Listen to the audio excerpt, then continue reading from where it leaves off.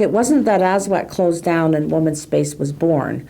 ASWEC sort of just morphed into Women's Space. It was still the same people, we were still doing the same things, but we had just changed our name and incorporated as a society, and then started to really become a more organized and accountable, a more structured and accountable organization than it had been before.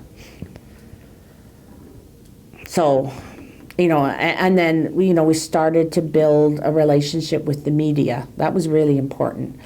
We wanted to get to the point where if issues came up that, daycare issues or any kind of an issue that related to women, that they would actually phone us for comments.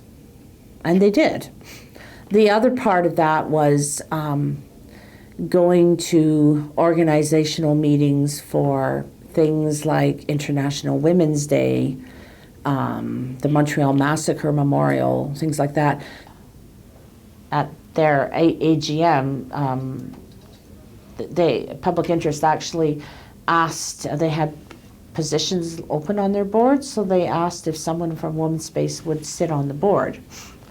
And so that was me. And I'm actually still on them. I'm in my second year on the board.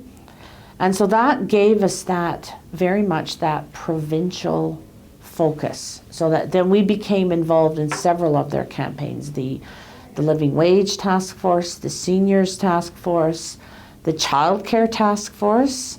And, that was all very fortuitous because at the time that the whole child care thing, when the provinces signed the agreement with the federal government, Alberta was one of the last provinces to sign. And that was also the time when the Daycare Action Committee was going at the University of Lethbridge, trying to get a daycare at the University of Lethbridge. And the two co-chairs were actually both from Women's Space. So we were very heavily involved in that, and we were really good at it as well. And then all of a sudden, the Harper government came in, and the first thing they did was that they took the word equality right out of the mandate. The idea being that women were equal, therefore status of women no longer needed to work for equality.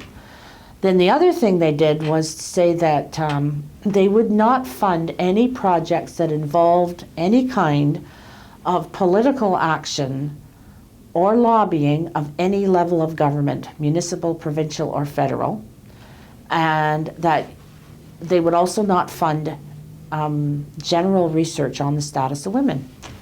So what did it leave? What it left was community service projects, which is kind of like going backwards, projects that help women in the community, which is fine. Women do need to be helped in the community. But what we had always understood about the policy changing initiatives was you could have projects where, let's say, you bought diapers and formula for women who needed it. And there's an endless supply of women who need diapers and formula and damaged deposits and clothing and what have you. There's a never-ending supply.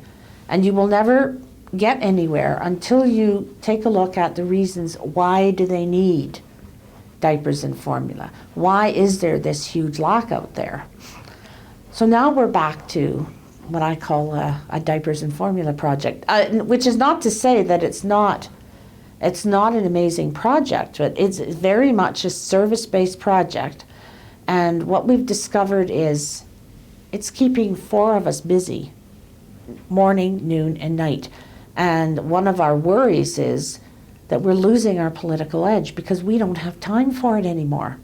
And so then I thought, aha, I bet you anything that's the reasoning behind it. Keep them busy running around, looking after individual women, and they will not have time to lobby, to advocate, or to kind of march in the streets.